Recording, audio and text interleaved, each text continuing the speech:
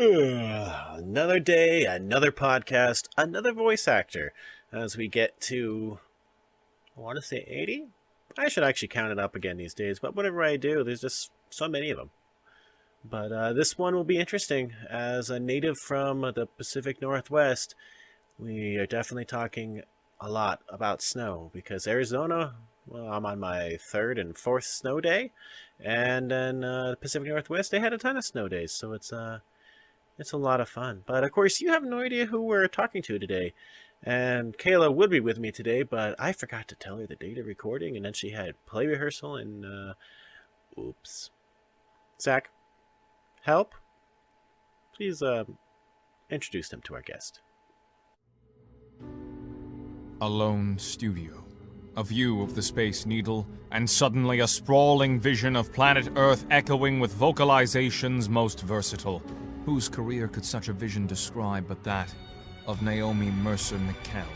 Our guest this week is a woman whose idyllic intonations have graced many a project since her career began over a decade ago, and her voice has found itself crossing the 7 seas to do its job. Her work has appeared in Guam, India, and most recently all of the Middle East as the English version of Imara, a superhero hailing from the United Arab Emirates, airing on the production company Eating Stars YouTube channel now, with production of Season 2 well underway. More locally, Ms. Mckell has graced the likes of projects most legendary, including 3 roles in the venerable, the incomparable, Mass Effect 2. So join us, Ms. Mckell.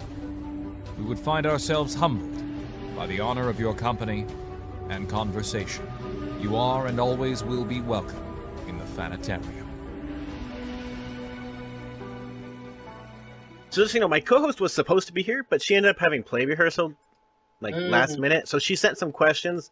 She sent the audio, but my board isn't functioning right in a second, so I dictated those. I'll read them and then I'll insert them in post. That's fine. So she wanted to be here, but rehearsals happen. I know. I used to do so many plays, and now as an adult, I get nostalgic for them, and I think about it for like 30 seconds and then go, yeah, no way am I doing all those rehearsals. All this so much time, and it's like 99% of the time, it's all unpaid, donated time. I just can't do it anymore. Yeah, it has to be like I don't know, for me, it'd probably have to be a limited one run, 3 shows in a weekend type thing, like max in 1 or 2 rehearsals a week type stuff, for me to be, because I do those exist? There was a few that I helped on. Okay, well, that's sometimes cool. churches do them, but like smaller community stuff. But of course it depends on your role, because some people are going to be there more anyway. It depends how much blocking you have and so on. But yeah, they do exist. Yeah, my co-host does not do those, though. I definitely miss it. I just feel like I got so many other things to do with my time these days than when theater was like all I did and all I knew. And a lot of those things that I do with my time now pay me money. And that gives you all kinds of ideas or freedom and things. So, yeah. Ugh. And living in the Pacific Northwest, it's not a cheap place to live. So money is good. No. Yeah, that was I had heard about things changing, but I had no idea when I moved back to Seattle that this was really going to full on happen upon my return. I moved back here in 2014. Oh, yeah. So right when they changed out the $15 an hour thing. Yeah, right? Mm-hmm. Okay. But you know what? It doesn't mean that I want to live up in the middle and in the heart of it anymore, because I'm just older and your life changes, and, living in the heart of the city is not as desirable. I wanted a little more space. So I'm starting to try and move outside of Seattle. But when that kind of stuff happens to a city, there must be a lot of money to be made off of that too. Yep. I haven't quite figured out how. We have an Airbnb down in the International District, right in the heart of downtown Seattle. Mm-hmm. And that is great. It's a good side hustle for voiceover too. Nice. So every other aspect, though, of the way that this city has changed has done not so positive things to it. I'm sure if you have friends that live here, you've heard about all of that. Yeah, like his rent going up by $1,000. It's nuts. He lives in It's Kent, nuts. so yeah, that still Oh counts as my Seattle. God. Yeah. Barely. But Um, now it's like desirable. yeah. And I have I have in-laws in Seattle and so on too. Okay. But Mhm. just to be fair, if you went back to Alaska, you'd also be shocked how much more expensive it got there too. So I heard that. And I also have noticed that the same thing in so many ways has happened in LA, because Yep. you could still find cheap places to live in LA by like throughout the time that I lived there. It was hard and you had to work really hard. Lots of people started at 3,000 a month looking at anywhere and went up from there. But there were pockets of places in really central areas in LA that you could live that wasn't that much. And it's all become gentrified in those areas too. And ooh, the rent has done the same thing as Seattle. I went to my grad school just south of where I am right now in Flagstaff in northern Arizona. And Mm-hmm. Flagstaff, uh, all the public universities are run by a board of regents for Arizona, and they insisted they wanted NAU and Flagstaff to be like University of Arizona size, which is Mm. not possible. But they wanted them to, so they had them add like 1,000 students every single year for about 10 years in a row. Oh my But the God. city didn't build they didn't build housing for those students. So like when I was there, Oh there was an average no. of about 8,000 students on couches. Oh my God. And and I had kids, and so like I was looking, do you have married housing? Like, oh no, we got rid of them all to fit other people in. I'm like, oh boy. So like family housing, they were like $1,200 studios, which students can't afford that. My God. But No. they caused their own mess. Plus they call Flagstaff Little Portland for a reason. They like to keep things weird, but also they like to keep they fight over housing and politics, and it's Hmm. not we felt good about leaving that place. It was Yeah, huh? but Yeah. but We're so inching our way away, but still. Anyway, so yeah. Sorry, I my got way off co-host. topic. I won't do that Oh, again. that is fine. I like it. I like to learn about things from interesting people. That's why I do this.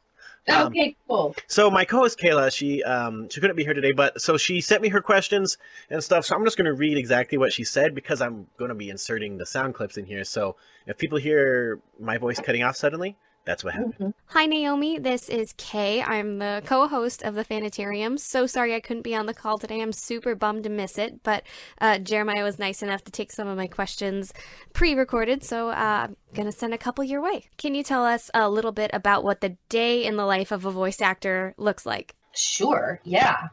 Hey, girl. No problem that you couldn't be here.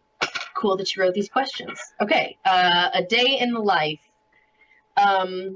So you know how they say on a lot of different productivity blogs and gurus and as experts, self-proclaimed or not, that if you want to get things really productive and really get things done in your life, when you wake up and you get ready and you go to work every morning, don't check your email first. Well, voiceover actors do not have that luxury because rush jobs are smaller talent pools. And so if some kind of rush job comes in, or rather audition, you want to see about it as soon as possible to be able to get your read into the pot. And so the first thing you have to do is check your email, because if there's nothing super pending, maybe you can get up and have breakfast with your husband, or maybe this or that. But if there's something that's like due now and the job is later today, which happens more often than you might think, you've got to get on that stuff. So that's the first thing I do, even though I wish I didn't have to. I check my email. And then, I used to audition for things a lot more, but over the years, you build up a client list that gets to be a certain size and keeps you busy enough where when you wake up, you just have jobs to do, or you have messages of people requesting jobs. Um, and then, yeah, usually I have in the morning. My life is a little different in the last couple years because as we have discussed, I have a 1-year-old and I am 3 weeks away from having another baby right now. So, there's been other times in my life where I am either going into a studio and I have a session, and then I come home and I have a remote session from my home studio to somewhere. And then I also have a job, and maybe I have the name pronunciation feature for Facebook. Mm-hmm. I did that job. That's my voice. Oh, wow. And when I did that, they needed it as soon as possible, and it was not nearly 100,000 words. I mean, it was probably somewhere between 30 and 60,000 words. I don't know, but so I was just glued to the computer all day long. So it depends on the job, because some of them are so small and short, and you can just crank them out, and auditions.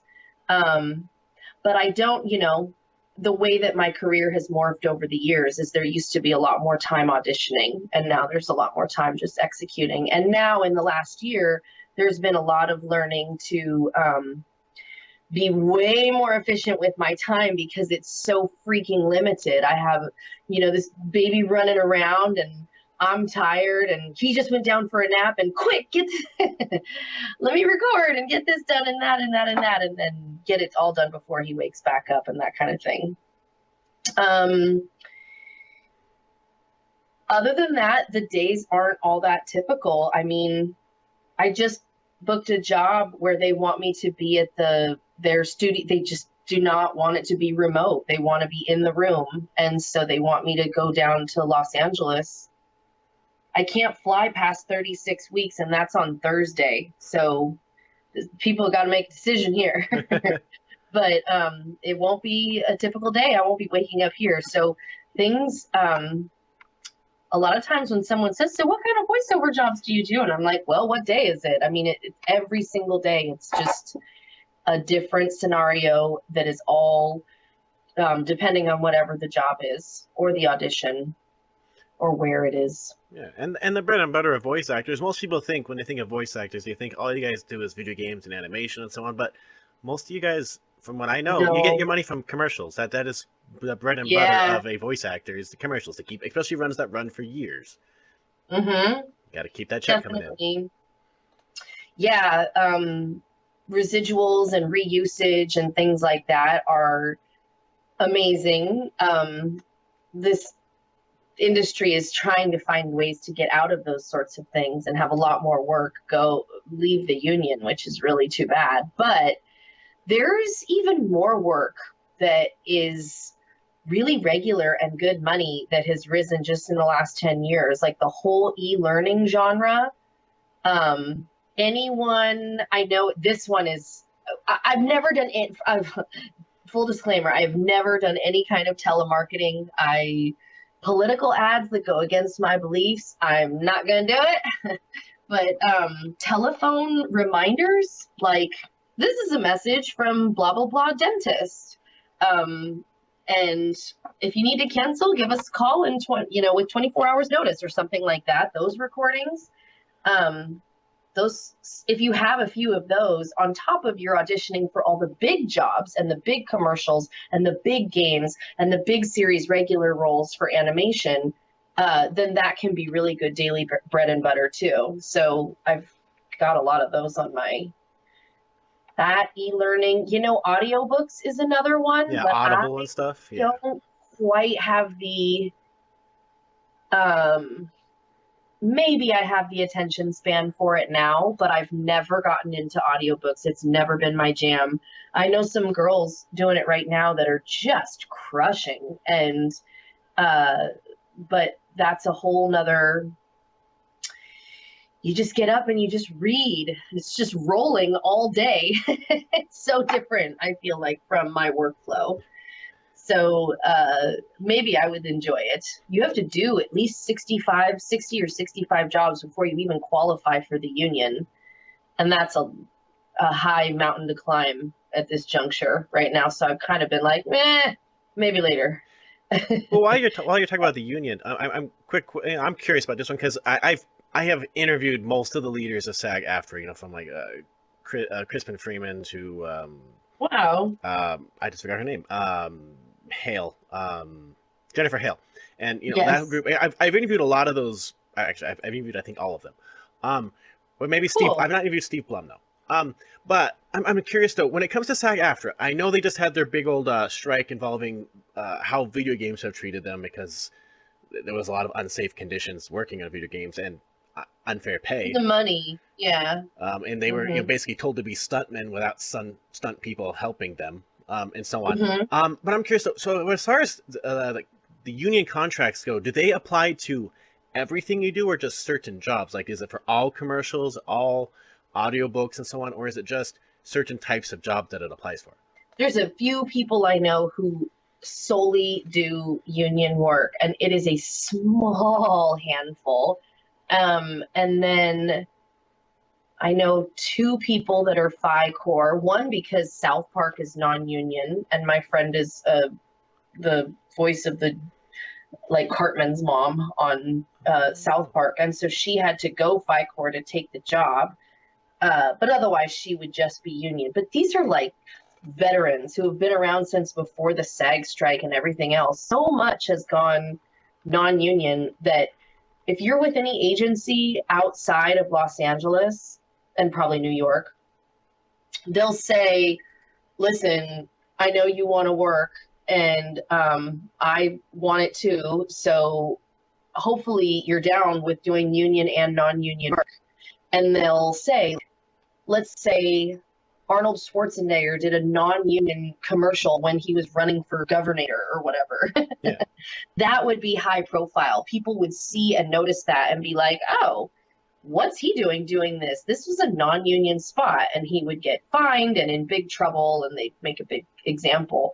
But otherwise, I've read some articles recently saying that they've been cracking down and issuing fines to people who they see that are union that take non-union work, but I've never heard of anyone ever being penalized for it. And it's really too bad because it makes more companies like Target commercials are a non-union job. And you're like, okay, do I audition for this so that I can hopefully get the job and just keep working? Or do I turn these down? It seems like it's time to organize again, in my opinion, because a ton of big names and big brands have gone non-union. There's even been like something where like the product is all about free trade and labor this and that, and then it's a non-union spot. And they're kind of like, do you want it or do you want to not work?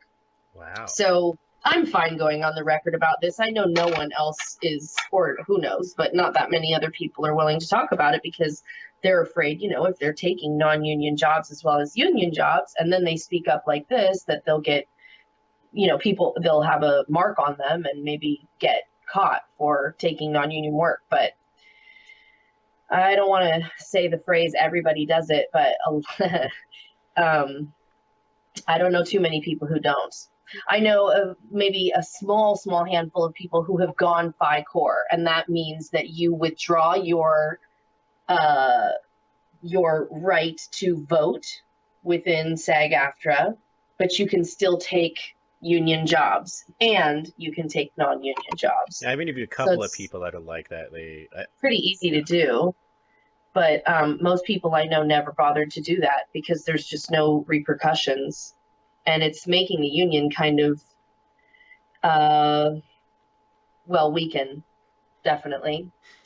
Just like all unions, it's kind of a thing. It's not perfect.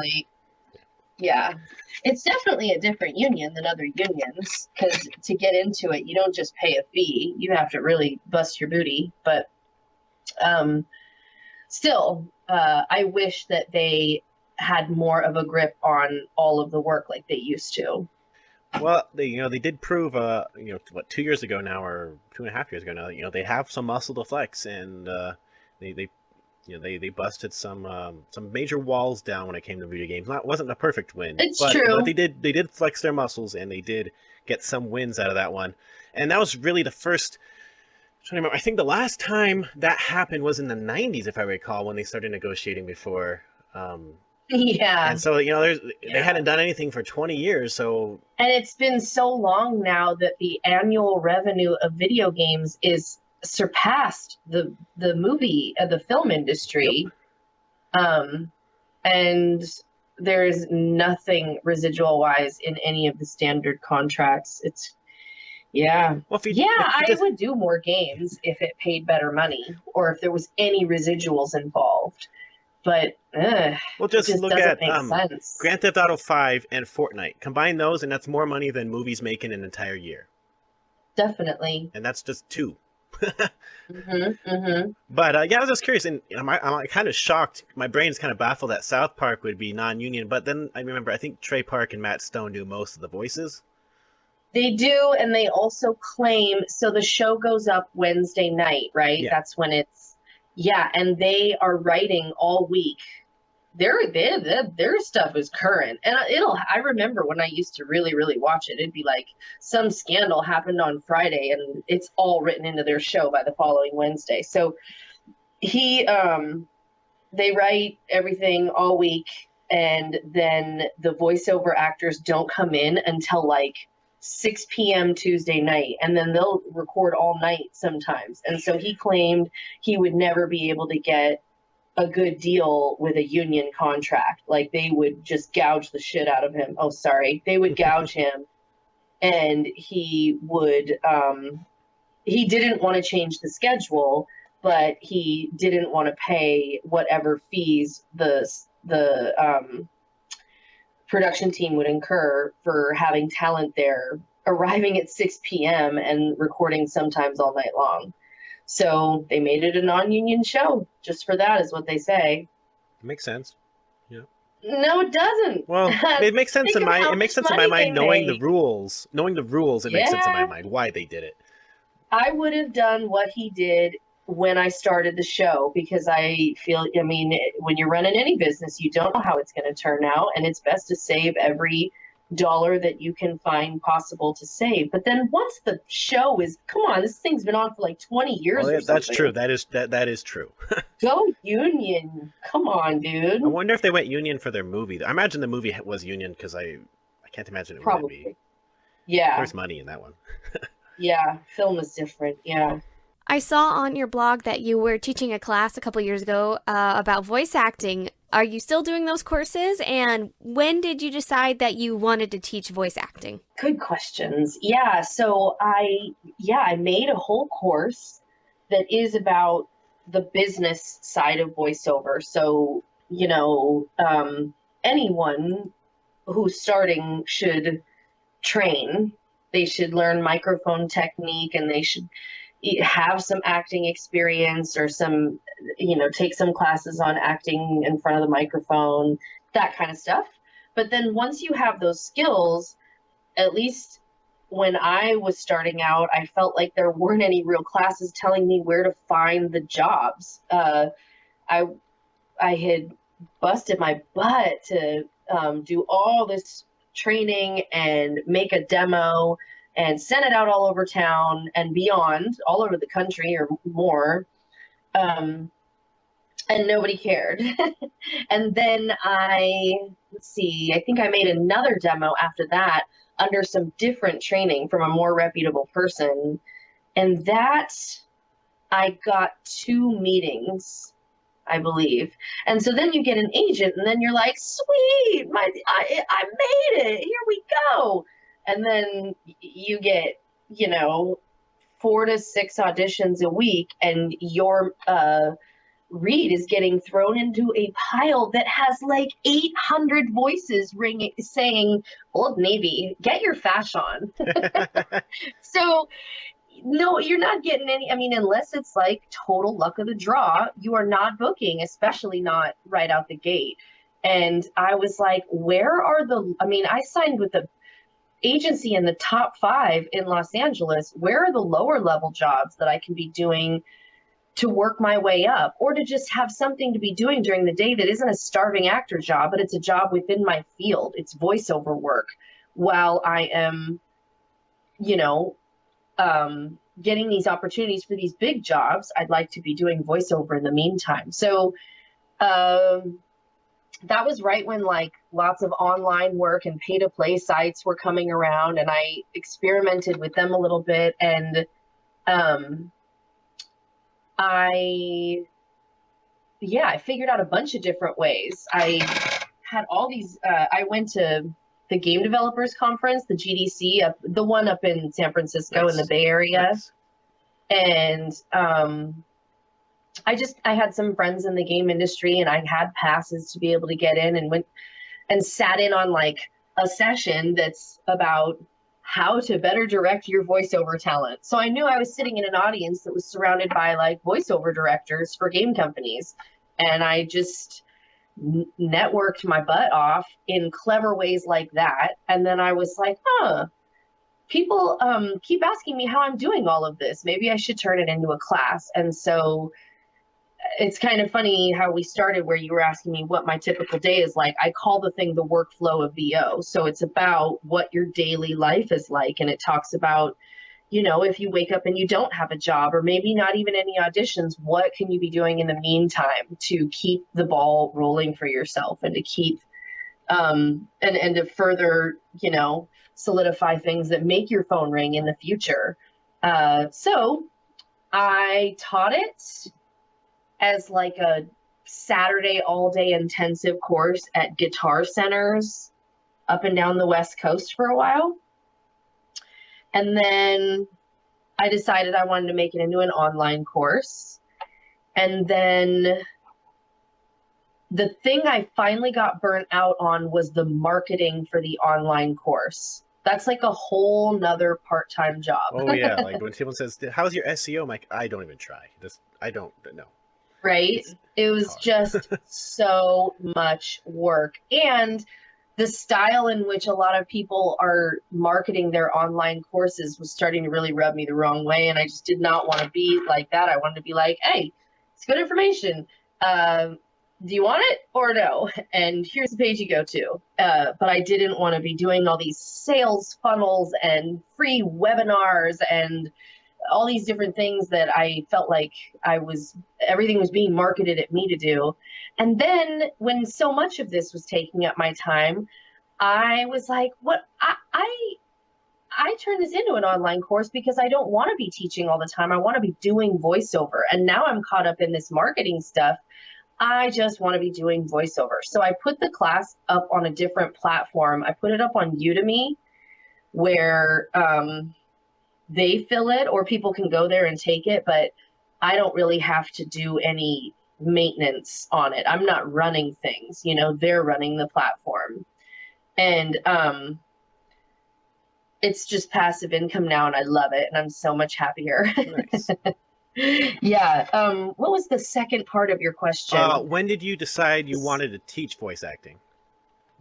Yes. I guess I kind of touched on that. It was just when people were starting to try to take me out for coffee and pick my brain about how they noticed I was booking all the time.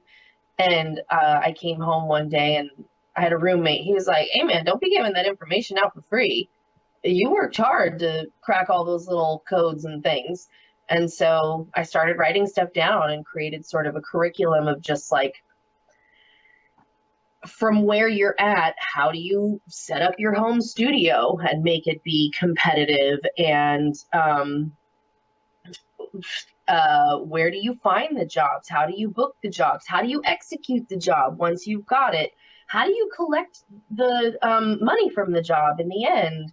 What kind of things can you be doing to maintain your business on a day when you don't have a job, and stuff like that? And once I did it, I realized I really enjoyed making the course. So that was another thing that made me decide to do it, is I found that I enjoyed creating the content. I edited all the video, and of course you do voiceover in it. I didn't want to just be a talking head through the whole thing. So I did a lot of like motion graphics with voiceover too, that cut away from me talking to the camera. So yeah, I felt like I had some information that was valuable because everyone else was teaching voiceover technique, and mine was strictly about the business side of voiceover. And once I started creating the content, I realized I kind of enjoyed that process. Nowadays, there's so many online courses and resources, and it's people who make it be their full-time main gig. So I have kind of decided to move on from that and let people who do that, and me just do the voiceover I do. Even still though, with the class, it's still one that is lesser. People don't talk about that side as much. Like I can go and Google and I can learn about, you know, the difference between dynamic and condenser mics and where to talk into the microphone and, you know, phantom power and all this stuff for recording and how to make a sound booth. But, you know, the how to find actual work is not something usually talked about. Like I can piece together, I've done a lot of these, so I can piece together, you know, like if you're a beginner, you could probably go to a place like Audible and probably find a beginner job a lot easier than trying to book animation somewhere and auditioning, you know, because Audible has a lot more options.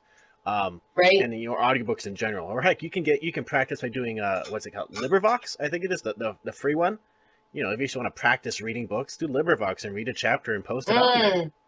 Then your voice is there. Or even any of those freelance websites would be a great place to start. I'm trying to, I don't know if you have to pay to be on them, or just maybe if you book a job, they take a small cut. But I'm talking about like Upwork.com. I'm pretty sure they have a voiceover section. Yeah, I believe they do, yes. And it's just for like little business presentations and jobs. Such small stuff that you can get good at the editing side. Oh, I have a section on that too. Record the editing process as well as the recording, because so many people, especially ladies, are scared of the technical side. And it's just like driving a car. It's just a series of steps that you have to memorize. That's the way it goes. But once it's over, it's easy. Yeah, from podcasters, there's a lot of people who are afraid of that side too. And then the people who are like, I've adopted the status of the human ear can only hear so much difference between one level of an MP3, you know, compression versus another. And so if there's just talking, there's only you only need to do so much of it because you aren't going to detect it. But then there's the people like, it needs to be in a WAV file, it needs to be, you know, this certain level, it needs to be this good, and you need to make sure you get it. Like, no, humans can't hear that. So unless you're doing like, unless it's like for a game, and then you have a sound engineer anyway.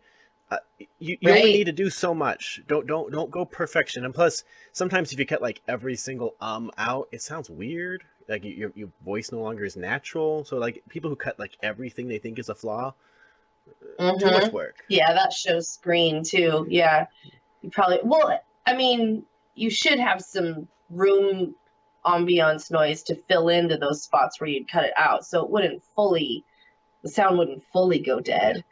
But in the meantime, yeah, maybe like half the time. That's an always up for debate question. How many breaths do you cut out? But I think you're right. I think it's just, you just do it till it sounds, you play it back and it sounds right, or it sounds natural. And if you take it all out, it sounds very weird. Yeah. Or if you cut like the room noise out completely and then you get like the weird like static robot voice. That's not a voice. Yeah.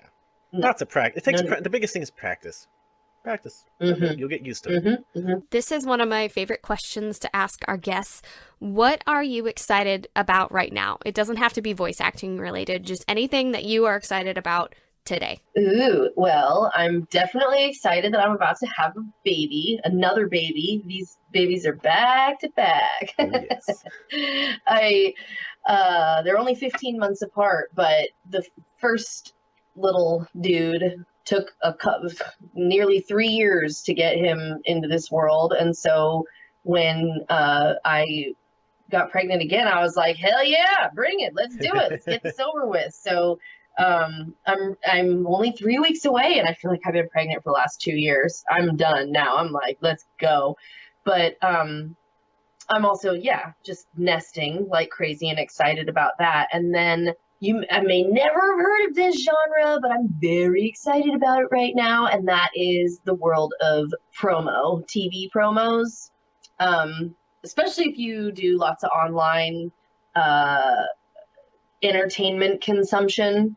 There's not that many promos in that world. It's really like on live TV where, you know, something is saying tonight at 9 only on Lifetime. The animation or domination on Fox. James Totally, Taylor, yeah. exactly.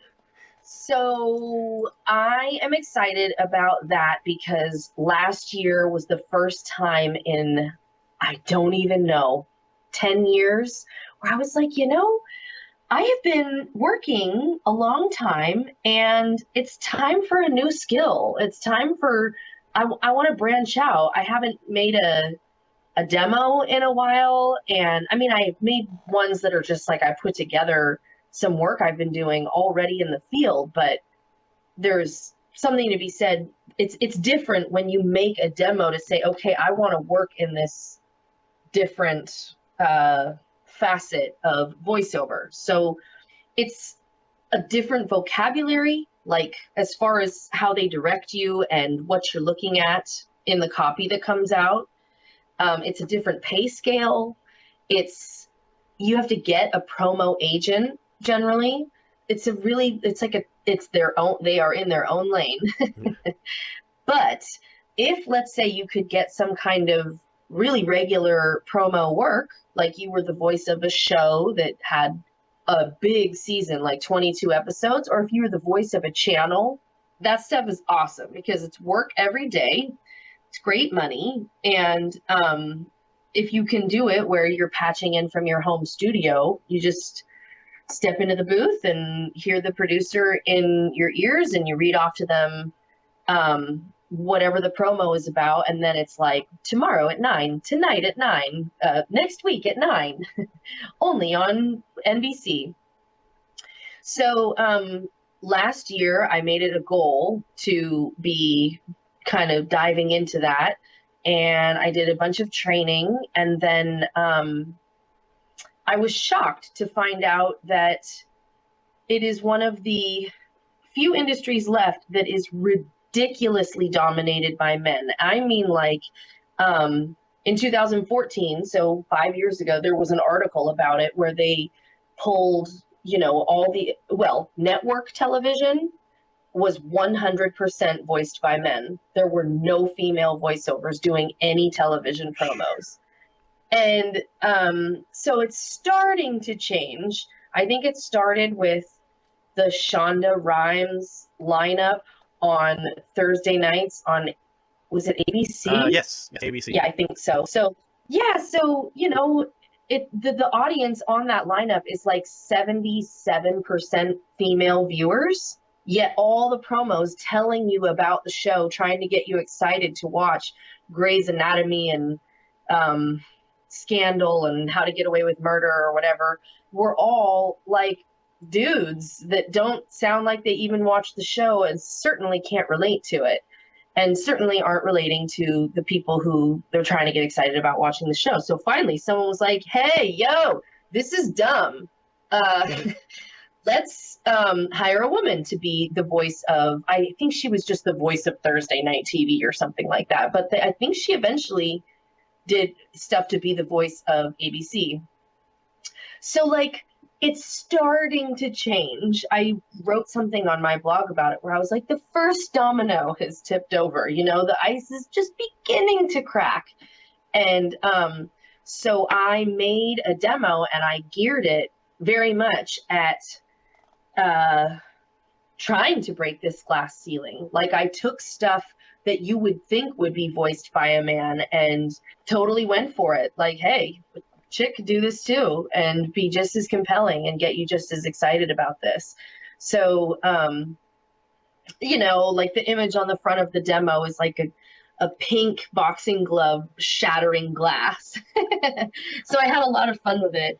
And now I'm in the whole prospecting phase of picking up clients and signing with a promo agent and things like that. And so I'm really excited about it. It's different. It's not I've done a couple of promo jobs, but it wasn't like on purpose. And now I'm really trying to beat the pavement of that genre. And it's sort of like a lot of people are like, oh yeah, I forgot about all that. I don't even think about all that. I do voiceover every day, but I didn't even think about promo work. And then there's some people that specialize in it. You know, they do TV promos and they do trailers and trailer work, which obviously is most of the time voiced by men. Yeah. But Used to be voiced by one that guy. stuff is, I know, right? In a world. Yeah, I know. Yep, that's right. So things are changing, and I'm glad to be kind of diving in right at the beginning of that change, because I want to, shout it from the mountaintops. Let's do this. Let's change this up, and for the better. Change is great. Let's go. Nice. So I'm very excited about that. I'm kind of surprised the CW doesn't have female promos. Me too. The CW seems like that it just fit. Trying to remember what that one was, if it was like a bruh voice, you know. We had a homework assignment in the very first promo class that I took last year to just watch promos for the week and end up writing a couple, I think it was. And so I was writing one thinking that I would be listening to other females, and it was the promos for like all female cast shows. It was like Mom and Two Broke what Girls. was the other? Yes, Two Broke Girls. Yep, that was the other one. And it was like this sweet old Grandpa Casey Kasem voice. And it was the last person I would want to talk to about that show, because they're both kind of raunchy, and it just didn't fit. I was so shocked, and that was the beginning of hearing about that. I had an audition recently they're looking for a female voice of NBC, which would be sweet. Go Rocket. So yeah, it is changing, and I feel like I'm jumping in right on the cusp of that change, so it excites me. My wife was talking to me earlier today about whoever does the voices of like House Hunters on HGTV, like all those shows is like the same 3 people. Whoever does those, because I think there's 2 guys and a woman. I think there's something like that. But whoever does those, like they do like 3 seasons a year. Like that must be pretty steady work if you can, keep it up with vocabulary. The good money is the network stuff, and then the next down is the cable, and they say there's a lot more work in cable. And actually, when I was like, gosh, I was so surprised, coming back from that homework assignment, I was so surprised that I couldn't find any females to listen to. As an example, before I turned around and wrote stuff, I was just going off of all the men that I listened to. And the teacher of that course was like, yeah, well, there's network. She said, yeah, well, there's cable. If you're a female, you can work in cable, but not necessarily anything else. I was like, what decade are we in right now? This sounds crazy. But then I found that, things are changing. Yeah, because I'm trying to think of it, like, the ones I know personally, the people who do like the Fox animation ones, but they've had James Arnold Taylor, well, heck, Seth MacFarlane did it for one time, but they've done it for a while. But I'm just trying to think of, like, because ABC makes perfect sense to have a female, just because it's Disney, and that seems like something Disney would do. Fox is going to be Disney soon. I don't know how Fox is going to end up, but who really knows how that's going to end up. I know. But the CW, that would have made perfect sense. It's a WB, I know. CBS, heck, CBS. Like teen, edgy, even young or youthful 20s, I would say. Female voice would be great for that. Yeah, as we know from anime, females do all the little boy voices anyway. So Cartoon Network. That's right. Anytime there's a cartoon, the CW used to have cartoons. Let's have females. Yeah, makes no sense. I agree. I'm happy to hear you do too. Okay. That was actually probably the best answer that she could possibly want, because I'm quite sure she would have eaten up that answer fully. Oh, neat. Oh, goody. Good. So you're in Seattle, and for anyone who's listened to a lot of stuff with voice actors, we know voice acting has 2 main hubs, LA, and then Texas is a pretty big hub nowadays too, in Houston area. But we do know with voice acting is one of the jobs that you can do remotely, as long as you have it set up in your home or a studio you can go into to record. Do you have a home studio, or do you go into a studio? Oh, yeah. I usually work from my home studio. I do regularly work in other, in studios, but on the day-to-day, I'm going in and out of my own vocal isolation booth, which I built, which I'm very proud of. I think I have I don't know if it's on there anymore. Never mind. I'm not gonna try and direct you, but I made a video of it because I like got the tool belt out with my mom, and I was like, I want to build a booth. I don't want to buy one. I want it a little more custom, and it was a lot of work, but it's a sick booth. It's great, and I use it every single day. And then I mean, people prefer different stuff, but like IPDTL, but I use Source Connect. Okay. And that is like, if you book a job where if it's last minute and they're in Austin or something, maybe it's a commercial and they have a studio inside their marketing place, or they book time at a studio, then they just patch in to my booth, and then I can hear them directing me in my headphones. And then what I record it's like an ISDN connection. So whatever I record into the microphone just dumps right into their DAW. And I don't even have to, I step outside of my booth in my house and can just walk away. I don't have to manipulate files here and send anything off. It just dumps right into their stuff. Nice. It's practically like going there, in so many ways. So, and sometimes you can have video, so you can even see each other, and then it really is like you're there. Then you really, but I also like leaving the house. So, any chance I get to go into studios, I like to do. And you're gonna like leaving the house even more soon. Yeah, I have a Yeah, 4-year-old right? turning 5 in a couple of weeks, or he has a countdown going, and a 2-year-old turning 3 soon, and another in the oven. Oh my! So I'm just curious, how toddler proof is your little recording studio? Because I recorded this is one of the few times where I'm recording an interview late enough that my kids aren't going to set up a battering ram and try to come in. I've had times where they like literally get a chair and start beating on the door until I let them in, and that's coming up. Oh God, yeah. I am, boy, it takes a village, right? The most productive time I have, and I have heard that when you have two kids close together, you can very easily sync their nap time. So if I can get even one good solid nap during the day where they're both asleep, that will help with them to not be all up in my business. And then my husband works in the evenings, and so he can take them somewhere if I ever have a session. And I say, oh, you got to get out of here for like 45 minutes right now. And so far, we've been really lucky to make that work. And then pretty soon, though, are any of your kids in any kind of daycare or preschool? Well, one of them's 5. The 4-year-old's so in preschool right now. His teacher just had a baby, so like it's kind of been hasn't had it for like since December. But Okay. he's in preschool 3 days a week right now. Yeah, I already can't wait for that.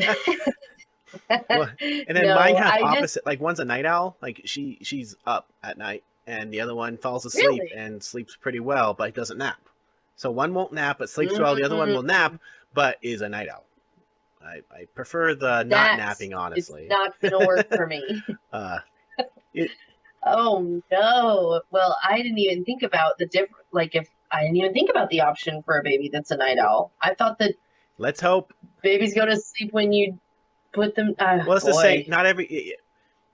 From my limited experience, not every kid is going to be the same. They'll all be slightly different. Oh yeah, I know that. As you said, if they're closer together, they are more likely to synchronize in naps and so on. And it won't be bad for. Just wait till they're when one's 4, and they start outgrowing naps. That's when it'll get a little more rough. But you have time to adjust. Yeah, I want to have some sort of.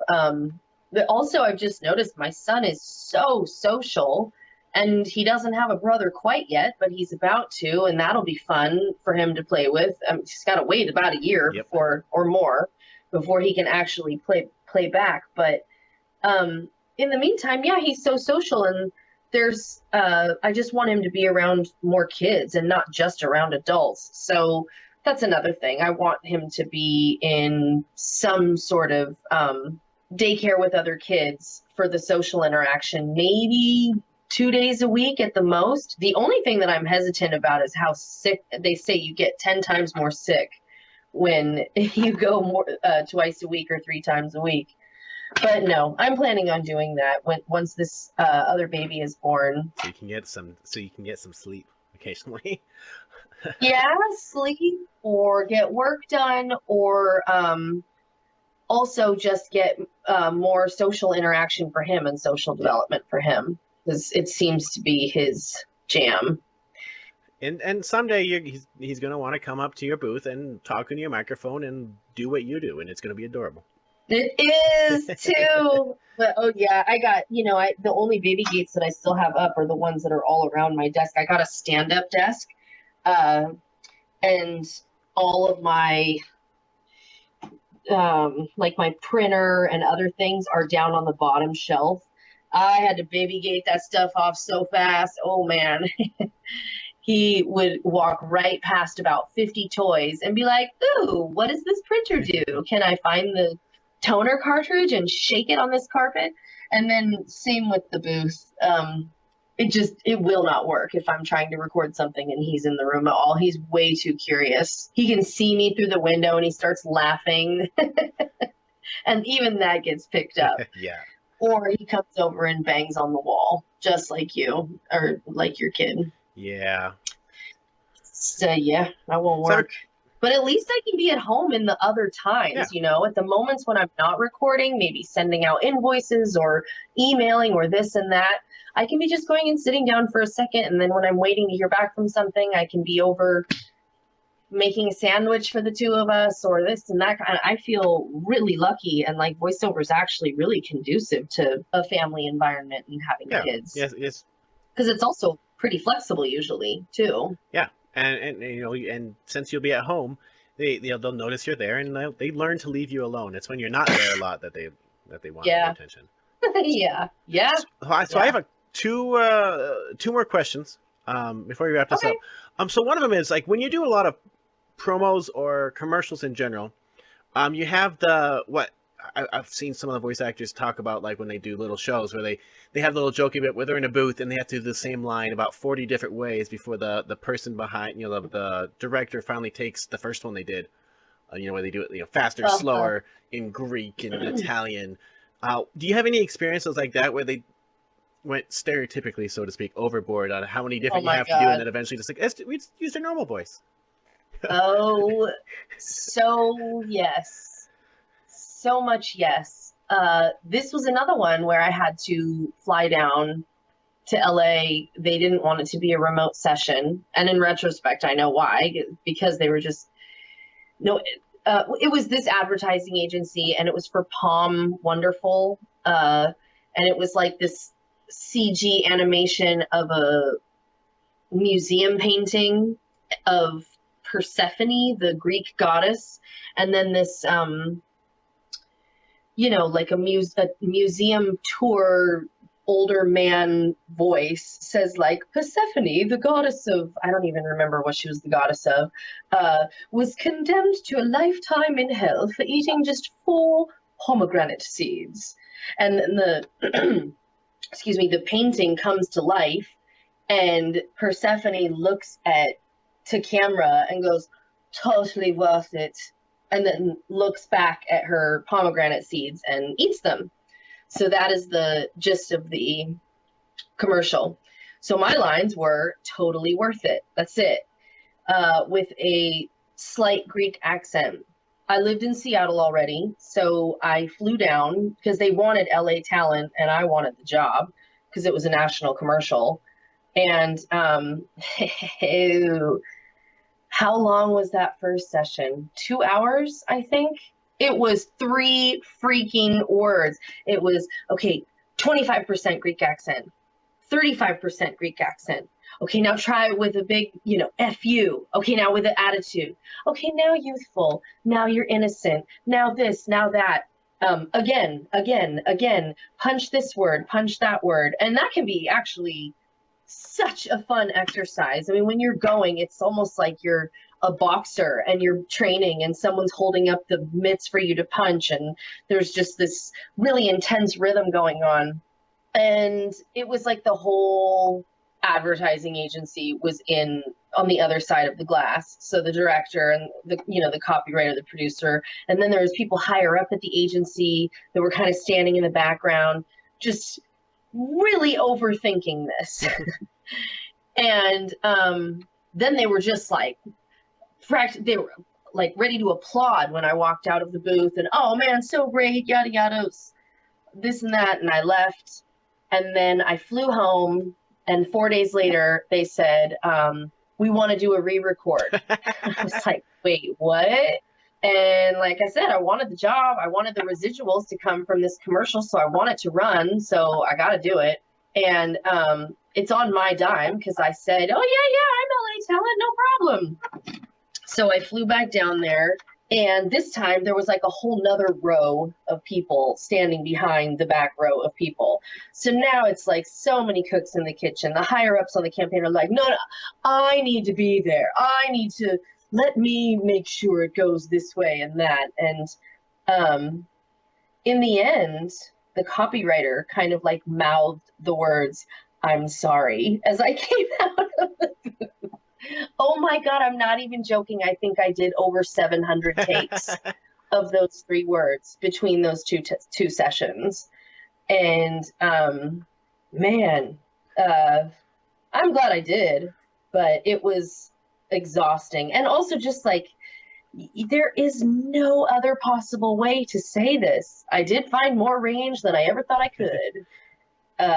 But yeah, that is a perfect example of what you're talking about. It was crazy. I'm pretty sure I might have gone back a 3rd time, but I can't confirm that. I know I went back at least once, and I am 80% sure I had a 3rd session where I was like, this is crazy. Did they, were there some of like the crazier out there, like out of the box? So it's like, try it like this. Well, he just kept saying like, fuck you. What does that even mean? It's like to be sassy? Yeah, totally worth it. Or totally worth it. Like, screw you. He said, be it like the Animaniacs. And then he also kept playing with accents and percentages, where he was like, well, now they don't want it to be so thick that we might not understand it, so only like a halfway accent. So, and then they started at like 60% and dialed it back until they got to 30 and 25%. How do you do 25% Greek and then up it to 30? Like, when you're in the heat of the moment, you just make it happen, where you add a little bit more of your American accent to it, into the consonants or something. I don't even remember how I did it, but God, I wish I could get those session files. I think they'd be hilarious. You'd feel like you were on some sort of a bad, I don't know, drug, or really sick. Just stuck in a bad dream. So this is a good summary for that one, because in my experience, the key to most voice acting is being able to manipulate the speed of your voice, be it dubbing, be it commercials, be it, as you said, with promos, going faster, slower, animation, video games, and everything, being able to talk faster, slower, especially if you have anything to do match anyone's lips. Do you have any tips for people who want to get into voice acting, or just really curious, how do people practice the speed of their voice from slowing it down to speeding it up? Or, I've heard someone get given an instruction, do it slower, but still do it in 1.5 seconds. How do you do this? How do you practice that method of delivery where you still have to fit it in the same time frame, but still talk slower? Well, as far as practice goes, I just say mimicking as much as possible. And you can get more practice in getting you to do it and executing by taking more technique classes, and hopefully they'll cover that stuff. But really, all the way back from the days of theater, all the voice and speech stuff that you learn in theater, and that stuff really helps and carries over, and tongue twisters. And there was some musical theater song that I used to know that got me so much better with being able to maintain diction when I would go really fast. And I do not remember the name of the show. It started like quite a lot of Roma terracotta. live in lava from the flanks of no, I do not. But anyway, it would go into the chorus. It would be something of like a Busta Rhymes rap. And there's another one. If you just pick up an old Busta Rhymes album when he does that crazy fast rap, and you learn it and you practice it along with you, it's going to change and form the muscles around your mouth and your face and everywhere to be able to make you get better at doing that stuff. But then as far as your specific question of like speeding the time up and needing to make it not sound like you've sped up or vice versa, I used to do a lot of the voiceover for the commercials for, what were those dolls? Bratz? La La Loopsy and Bratz dolls, yeah. And so let's say it would be like each sold separately, ask your parents, and then maybe they'd have some legal in there that they need me to read too. And everything in those spots are very much timed. So these 2 lines here, you've got 1.6 seconds to read, and this part here, you've got 2.3 seconds to read. And then that end part, especially if they have legal, they're trying to fit a bunch of text into some time that they don't quite have enough room for. So first, I would read it a few times and see if I could get it down there. Or they'd be like, okay, this last bit on this spot has, you've got 3.4 seconds to read it all. I'd be like, oh boy, okay, here we go. So I'd read it a couple of times and they'd be like, okay, you're coming in at 3.7. You're coming in at, you're close, but you're coming in at 3.6. And the crazy part is at that moment, you feel like there is no way you can speed it up. You feel like you are at your max, right? And then they go, if it's a good engineer, he goes, okay, I'm going to let it roll. So you'll be recording in front of the mic and you'll hear in your ears, I'm going to speed this up and play it back to you and have it fit into 3.4 seconds. And then as soon as it's done, go and match that. And if I heard it, and then if I'm matching it, then my voice isn't pitched up because it's not a fast forward. It's actually my voice reading it. And man, I don't know. I had like a special kung fu with that. They had me do all of those. They were like, we don't know how you do it. But I would do that. Anytime I could hear it, then I was wrong. There was a way to do it faster, and I did have it in me. I just needed to have the example put forth. So I guess that would be a good way to practice too. If you're recording yourself and then you think that you can't read it any faster and maintain diction and stuff, then play it back for yourself while you're in front of your microphone. Play it back for yourself slightly sped up. So you'll sound like a chipmunk and you're pitched up, but you can still match the speed. And so then you, as soon as you're done hearing it, then you go, then you'd be surprised at how fast you can speed yourself up. Fantastic. Yeah. That's awesome. I like it. I'm happy to hear you think so. I do kind of wish we could get our hands on the tapes of the commercial read, because probably not all 3 sessions though, because that's a lot of reads. Ridiculous, just ridiculous. I imagine they have it somewhere, because people don't tend to throw away those type of things. It's probably on a server I'm sure somewhere. they do. I'm sure you're right. But we've taken a lot of your time. If people want to follow more of your work and hear what you're up to or see what you're up to, especially since the baby's on the way, where should they go? Well, my website is now NaomiMercerMckell.com. I finally changed my name to match myself and who I am. I just was Naomi Mercer for such a giant, first 18 years of my career, that it was a tough change to make. But I did it just a few months ago, actually. So now my website is NaomiMercerMckell.com, and I have a blog there. I post projects that I'm working on and things like that. Or just, Instagram. My Instagram is NaomiMercerMckell.com. I have my Instagram feed at the bottom of my website because that's more of a play-by-play of what I'm up to these days. And if anyone is on the interested in voiceover themselves side, the voiceover class is on Udemy, and it's called the Workflow VO. It's starting to become a teeny bit dated, I would say, as of this year, because things change at lightning speed in this industry. But because of that, the class is super cheap. It's like not even $15, I don't think. So I would say that's, yeah. Everything is on my website that you might ever want to know about me. That's where all my demos live, and all my what I'm up to stuff lives, and even a way to get to my Instagram from there. So really, that's the only info you need. So I'm curious, just because I see one of the pictures on your website. Is that Adobe Audition you're running, or is that okay? And so that's a PC then. Okay. Yeah. Because the PC and Mac are very contentious among recording people, but I like Adobe. I know. It works for me. I had a MacBook Pro for many years at the same time that I have a PC, and I had, what did I have then running on both of them? I think I had Studio.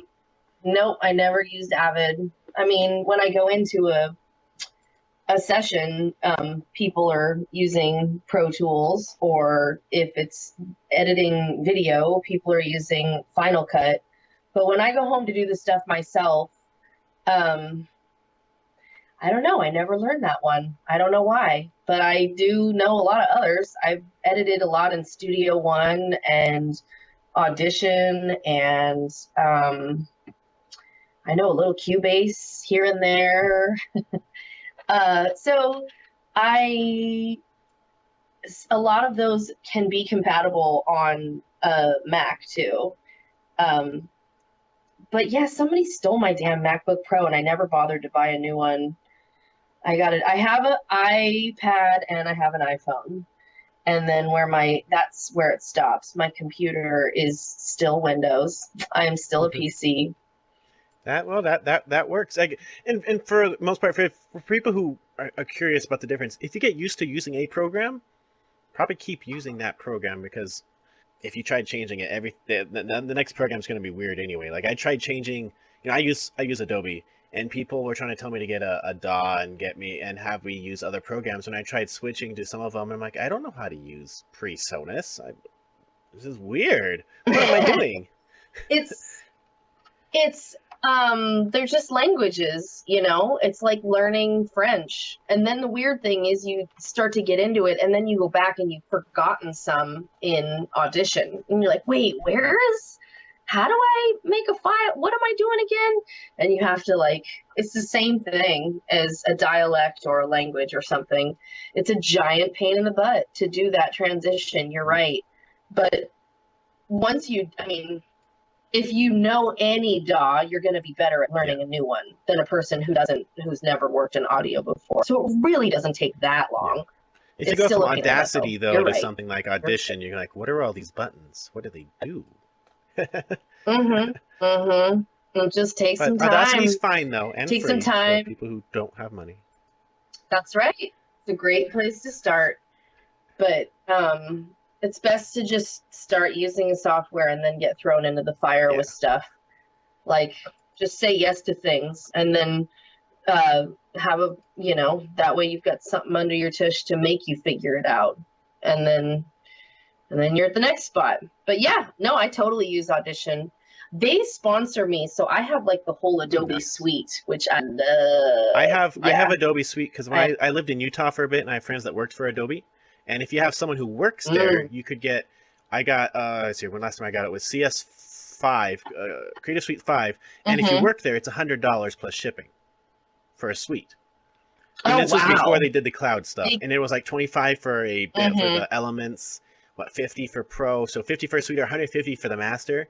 I should have gotten Master because I didn't know they'd go cloud after that. But $100 for a Creative Suite 5, yeah. And for a long time I just had Sound Booth, which honestly for what I do, Sound Booth is fine. The step below Audition, but totally, yeah, it's I love it. I don't want to pay for the for the cloud stuff because I have it physically, but totally, yeah, it's great. No, I get that. I made a hip hop album in 2013, or like a pop rap album.